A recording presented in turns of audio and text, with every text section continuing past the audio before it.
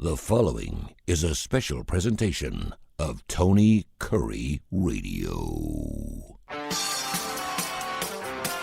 Want the real story behind the sound bites and headlines? Let's find the facts. Remember, it's not a conspiracy theory if it's the truth. You are not paranoid or confused. You just need to know.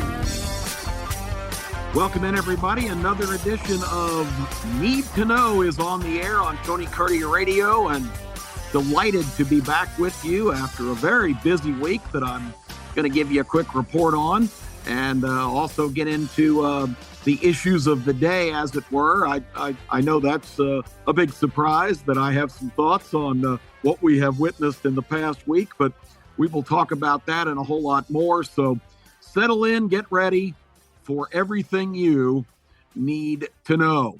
I'm coming to you today, and I might sound a little cheerful and chipper because of it, because I'm in one of my real happy places, reporting from Las Vegas, Nevada. And you might think to yourself, if you're a regular listener, wait a minute, he was just in Las Vegas a couple of weeks ago. Well, that is absolutely correct. You get a gold star for paying close attention. Returned here for a couple of meetings that I'm having this week.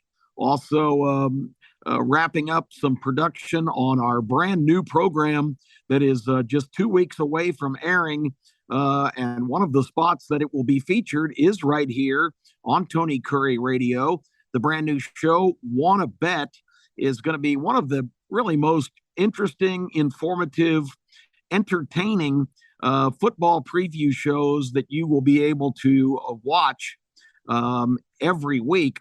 It'll be featured locally in Birmingham on Channel 21 WTTO at 11:30 on Saturday mornings, but you can get the jump on that right here on Tony Kurre Radio. And I really, I'm feeling pretty good about this particular nugget of information that I was given last week, that here on Tony Kurre Radio, this will be their first venture into the world of webcasting. So I kind of got the Christopher Columbus thing going here. I'm exploring and navigating uncharted territory and at the helm of the ship.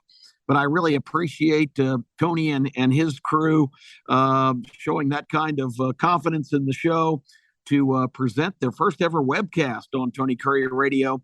And that's exciting. So you will be able to watch and listen and learn, and hopefully, if you're inclined to do so, parlay that information into some winning action on a great football season that's upcoming. So that all debuts the week of, not next week, but the week after that. So right around the week of the 24th or 25th of August, in about a week, before the kickoff to the college football season, followed by the NFL a week after that. So that's what's going on out here. And plus, I mentioned last week my son's birthday. Well, my grandson's birthday, my one and only, 2 years old for King Keefer. That'll be happening on Saturday, a gala celebration. So that's what I'm doing in Vegas. I'm glad to be here. I wanted to start the show today before we get into some of the heavier topics of continuing our discussion about what's happening to our country. I want to talk about some great things I discovered about our country this week, because I've really had the privilege, what I've been calling all year, the 2022 Kip Keefer Quality of Life Enhancement Tour. Had a great chapter this week, and it's continuing, or last week, I should say, and it's continuing this week. I set off last Wednesday for a trip. I met a friend of mine flying up from Atlanta. I flew out of Birmingham. We kind of gathered in Baltimore for a connecting flight up to Albany, New York. And no, I was not going up to visit former Governor Mario Cuomo. I had other things on the agenda. As many of you know, from my broadcasting and business career, heavily involved in the racing industry, both horses and greyhounds. And really the mecca of horse racing in America is a 40-day meet. So it's only about 6 weeks every summer in upstate New York in Saratoga Springs. And so we were en route up there to take in a couple of days at Saratoga, which is the ultimate gathering of great horses and trainers and riders. And on Saturday afternoon at Saratoga, there were 38,000 people on hand. It has really become it's more like a music festival than horse racing, but it really gets back to kind of the roots of the sport and everything that we love about it. That the horses are just breathtaking to behold. They're just the ultimate athletes, and this is the cream of the cream. They're just tremendous. All of the riders are the best in the world, coming in from everywhere, and the jockey colony for that 6-week meet is amazing. I mean, you go down the list, and every horse is being ridden by a Hall of Famer or a potential Hall of Famer. The trainers are the most successful in the world: Chad Brown, Todd Pletcher, etc. So it's just a great festival and a great fun time.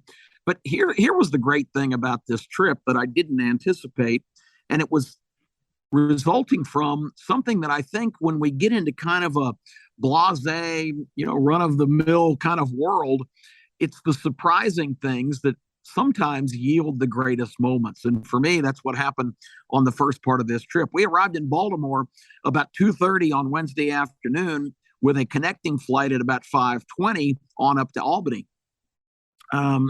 Unanticipated in that was a pretty significant layover of about 3 hours. So we did what any, good red-blooded American boys will do. We found a corner of a good-looking little tavern, kind of a seafood operation. I can't remember what it was called, in Corridor B of the BWI, the Baltimore Washington International Airport. And we sat down to grab a sandwich, and, what the heck, it was kind of a vacation. So, hit me up with one of those big draft beers. So that's what we started the day doing, and got into some conversations with some other people in a similar circumstance sitting around. About an hour into our stay in Baltimore, waiting for our connection, the mother of all torrential storms just descended over the East Coast and wreaked havoc on travel for the rest of the day. I mean, it was biblical rain, a pouring rain, lightning, thunder. It was just a heavy, heavy thunderstorm system that engulfed the entire Chesapeake region of the mid-Atlantic. And basically, it shut the airport down completely for almost 2 hours. No flights were getting in and out of there. So our stay was extended, of course, because immediately we started getting a flurry of messages that our flight was going to be delayed. It's pushed back to 7 o'clock. It's pushed back to 8:30, et cetera, et cetera. So instead of just kind of holding court there for about 2 hours, now we were dug in for a long stay in the tavern slash seafood place. And more people started collecting in there, of course, and having a primary bar location. We began to be encircled by a lot of people without seats that, just were surrounding us, having some pretty close bar access.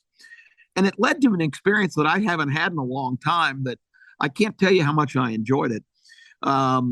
We just got to into this almost like group discussion with a whole bunch of people from all kinds of backgrounds, all different parts of the country, had no indication whatsoever of what they believed, what their political ideology was. It was so refreshing just to be shoulder to shoulder with a wide-ranging group of all ages, all genders, all races of Americans. But we had a common circumstance in that moment, that we were all stuck in that very spot with no place to go. And my friend Mark Random, who was traveling with me, is a great Keefer promoter. And with a couple beers, he became more emboldened. And okay, I'll admit it, I might have become a little more loquacious and colorful. But he started prodding me to tell a lot of Keefer war stories and do imitations of different announcers and different people, and just recount different things. And it was almost like being on stage. I can't tell you how much I enjoy being an informer and an entertainer. And I had them in stitches, and it was such a satisfying feeling to know that I still had that. But even more than that, it was so much fun again to just share commonality in this time of, either real or perceived or contrived by others, dissension and divisiveness. That it's just a moment that I'm always going to relish. And of course, the downside to that story is our flight that had eventually been pushed back to almost 11:30. And we actually had left the bar by then because people were getting out of there and planes were coming and going. But our flight particularly, they let us know right before midnight, sorry, your flight's canceled. We can't get a crew. So now we're in the terrible position of deciding, do we try to get a hotel here on the grounds? Because they had rebooked us for a 7 o'clock in the morning flight. So at midnight, by the time you got over there and got settled and got back, it really didn't really make a lot of sense. So anyway, long and short of the story, we end up sitting straight up in chairs, trying to sleep at an airport overnight, but got on the plane at 7 o'clock on Thursday morning. No incidents, got to Albany, got to our hotel there, showered, shaved, and we're right back out the door. Visited the Baseball Hall of Fame in Cooperstown, New York, which if you haven't been there and you're even a minor baseball fan, get there and see it. It is fantastic. It's my first visit. I relished every minute of it, enjoying the history of the game. And I got to give you a quick follow-up report.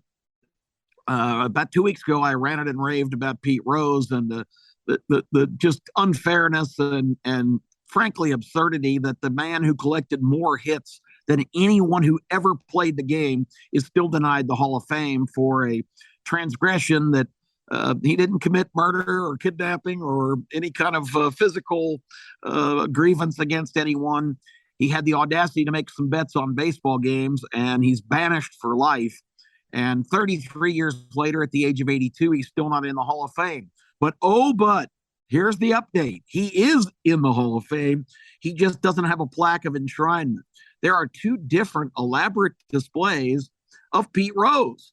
One of them is a commemoration to the great Big Red Machine teams in the mid-'70s, but it's Pete Rose's jersey that it's in the head of that case.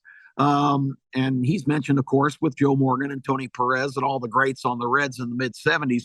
But Pete's jersey is on full display right in the front of the display. Then later on, walking around, there's another exhibit that shows the all-time leaders in all the different categories in home runs and RBIs and average and wins and all the different categories.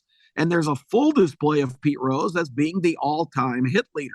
So Pete does not have a plaque, but he does have two very impressive displays. And here's the real kicker to me.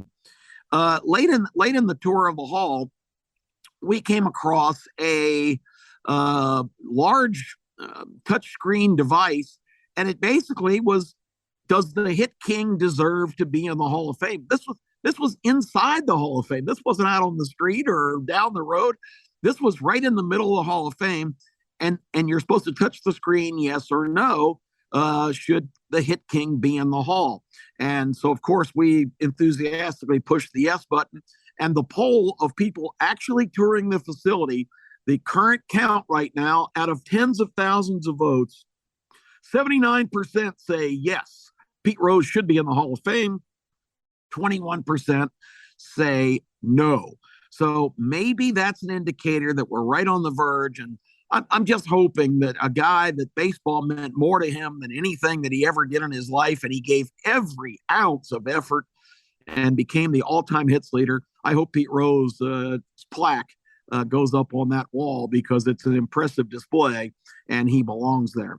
The rest of the weekend, Saratoga was fabulous. I mentioned 38,000 people on Saturday. The gate opens, they roar, they come down the stretch, and it's just, the atmosphere is so electric. It's so much fun. There's so many people crowded in the paddock to try to see the horses as they come out on the track.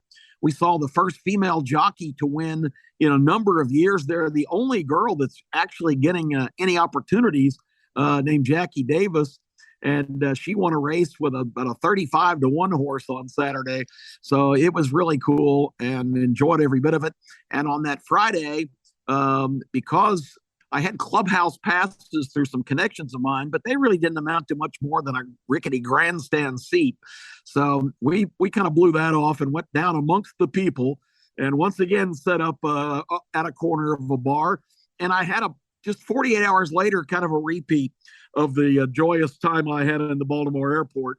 We had them rocking again at Saratoga on Friday afternoon. So it was a great weekend. Came on out to Vegas here now, and once again in final preparations for a couple of great programs we're going to have on starting football season. And again, one of them is right here on the Tony Kurre Radio, as Wanna Bet makes its webcast debut on this platform.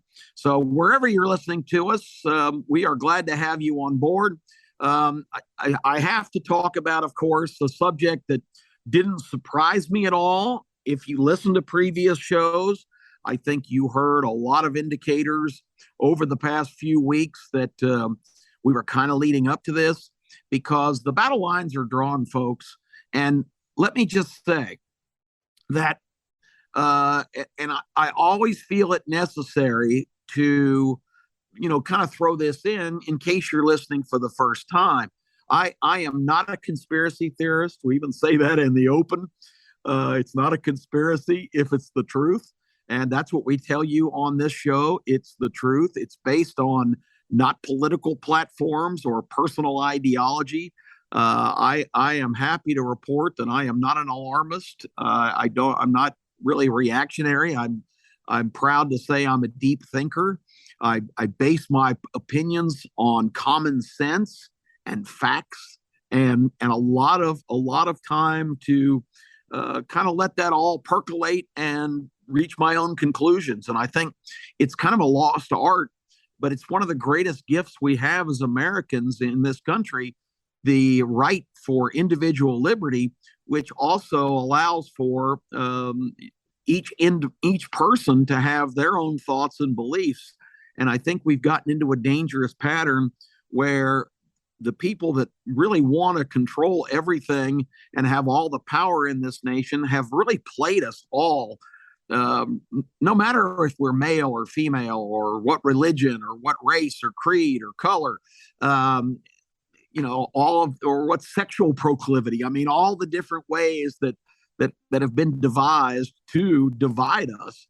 We're all Americans, and if we have a belief and an appreciation for the liberty that we are granted by living in the greatest country ever developed, it's counteractive to exactly what is trying to be achieved. So let me explain to you, now that we've kind of established that this is not Republican versus Democrat. It is not conservative versus liberal. It's not male versus female and all the other categories that I just kind of ran down for you. This is clearly and the events of this week with the raid on a former president's home, just basically searching for anything they can use against him, and not even having specifics of what they were seeking. The fact that now the Justice Department will not release the affidavit that they presented to the court to get a warrant for 30 agents to raid the Mar-a-Lago home of former President Trump. They will not even let that affidavit become public because it will compromise their investigation and blah, blah, blah. We've seen this movie before. They invented a scandal when Trump was first elected in 2016 that turned out to be total BS. A $45 million investigation that took almost a year and a half yielded nothing. Donald Trump is the furthest thing from a Russian agent that's ever walked the face of the earth. And again, just by saying that, I get labeled and stamped right on my forehead, Trump lover. I'm not a Trump lover. I don't love Donald Trump. Donald Trump is like a lot of bosses I've had. To get the job done, he'll run over anybody. He'll do anything. His mannerisms, his arrogance are undeniable. But, we didn't vote for him in 2016 as Miss Congeniality. So I am not a Trump lover. I'm an America lover. I am a lover of the liberties that we are given as Americans. here's a good way I think that maybe I could define myself that will be clear to everybody, and maybe even at the end, if we have a minute or two at the end of the show, maybe Tony and the guys could even tack this song on that I'm getting ready to quote from, because it would be a perfect accompaniment to this episode. There's a song written by Steve Van Zandt, and if the name sounds familiar, he is a longtime member of the E Street Band with Bruce Springsteen as a guitarist. He also became really famous for his role on The Sopranos. He had an acting gig. He was one of Tony Soprano's right-hand men in The Sopranos, the phenomenally successful series on HBO. But he wrote a song a few years ago called "I Am a Patriot," and it has been recorded by Jackson Browne, which is my favorite version, and by Pearl Jam. Both recorded the song, and there's a passage in there that I really enjoy. Well, I like the whole song. It's just a great tune, and I really like how Jackson Browne plays it. So again, maybe we can hear that at the end of the program, or you can seek it out yourself on YouTube or any place that you go for music, Pandora, etc. But the Tony Curry Radio is, of course, the best place to get all the classic rock that we're talking about here. But there's a passage in the song where he says, "And I ain't no communist, and I ain't no socialist, and I ain't no capitalist, and I ain't no imperialist. I ain't no Democrat, I ain't no Republican. I only stand for one party, and it's freedom. I am a patriot."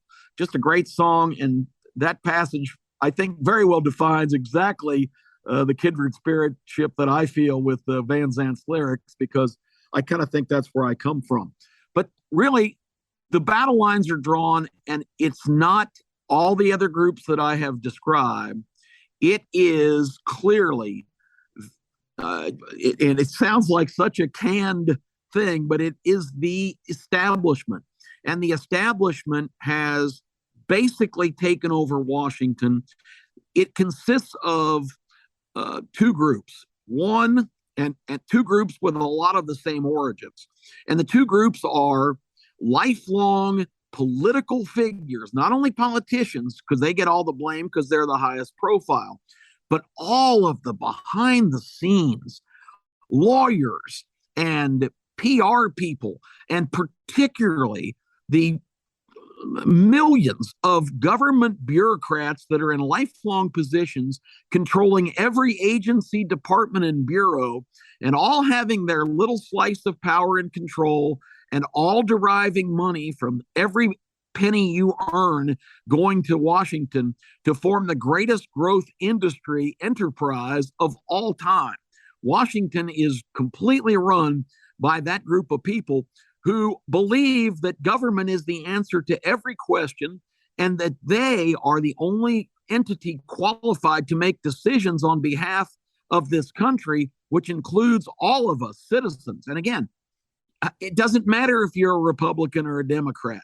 You're in that same bucket, because if you're not in the establishment, you're just John Q. Public, and really your needs and your requirements are meaningless. If it works out for you, that's great. But if you're not in the establishment, you're not in that same faction. And of course, the other group, and really it's the origins for all of this, are all of these elitist people that were born with a silver spoon up there. Well, you know what I'm referring to. And they all, get this Ivy League education and get indoctrinated into this school of thought that the best system is the one I just described. It's central government. It's total control and power over everything. Because you know what control and power yields? It yields incomprehensible wealth. And since the beginning of time, I think I even mentioned this on last week's podcast, anything that seems confusing or mysterious or kind of hard to explain, it's not really, because you can always trace the same investigative path to get to the bottom of whatever happens, and it's the same old answer. It is follow the money. It's all about power. It's all about control, because that yields incomprehensible wealth. and incomparable wealth ensures that you will always have power and control. They're mutually exclusive to one another. So this group of Ivy League elitists who control so much of those positions that I just described and have an incestuous relationship now with the American media, which has made the transformation from looking for facts and seeking answers and truth into being a one-dimensional information bureau for this whole establishment movement. That is the other problem that, I remember as a child, and I remember this distinctly, probably in 4th or 5th grade, after hearing a teacher talk about how in Russia the TV is controlled by the government and they tell people only what they're allowed to think and believe. I remember that having such an impression on me. Was, gosh, I'm so glad I live in America where that doesn't happen, where, we can think freely for ourselves. Well, they're trying to change that. And again, it sounds like some kind of James Bond movie, but again, it's really simple in its origins. Control and power controls wealth. And that is what they want: complete control, complete power. And the raid on Mar-a-Lago, Donald Trump's election in 2016 absolutely shocked these people beyond all comprehension because they had all the building blocks in place. The Barack Obama administration had advanced the ball well and disguised it, because Barack Obama was not a terrible United States president, but did advance the agenda in this direction and was supposed to hand off the baton to Hillary Clinton in a slam dunk victory to take it to the next level.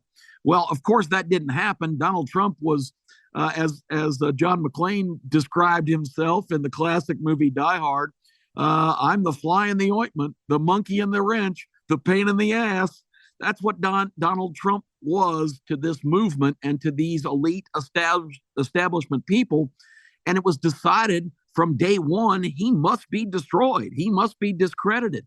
You watched all of the ridiculous allegations, the fake dossiers they created and leaked to the media, which gleefully ran them as fact.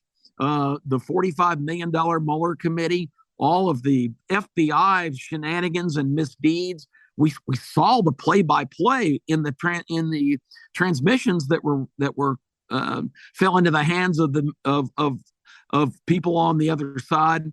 The Peter Strzok and Lisa Page daily texts. We'll stop Trump. I was in Walmart today and could smell the Trump supporters in there. Blah blah blah. So we talked about a couple weeks ago here on the show how all of our institutions have been politicized dramatically. So anyway, that's where the battle lines are. That's what this is all about. And the war is not just on Trump. The final scary thought this week, and we'll elaborate on it more, the bill that just passed, the $1 billion bill, the Inflation Reduction Act, which is absolutely laughable because it's just going to pump more money and devalue currency more and more. But the scariest thing in there, they've declared war on all Americans because 87,000 new IRS agents are being hired, and they are going to be in your neighborhood, in your driveway, at your front door, trying to turn you upside down and squeeze every nickel out of you and cause your life to be basically a living hell forevermore until some kind of reform is made. So the war is not just on the former president, who they loathe and hate and fear. It's also on anybody who loves this country and wants to keep it the way it is. That's enough for this week. I hope you enjoyed the program. I hope you also got your attention a little bit on the clear battle lines that are drawn. Don't be fooled. Don't be played. Exercise your individual freedom. Let your voice be heard on what you think, whether you agree with me or anybody else. Let everybody know exactly where you are on every issue. I'm Kip Keefer. I can't thank you enough for being on board on Need to Know. Can't wait to join you again next week. We are on now 5 days a week here on Tony Kurre Radio, and that's absolutely fabulous. Thanks to all the guys back in Birmingham. We will talk to you soon. Have a great week, everybody. This has been a special presentation of Tony Kurre Radio.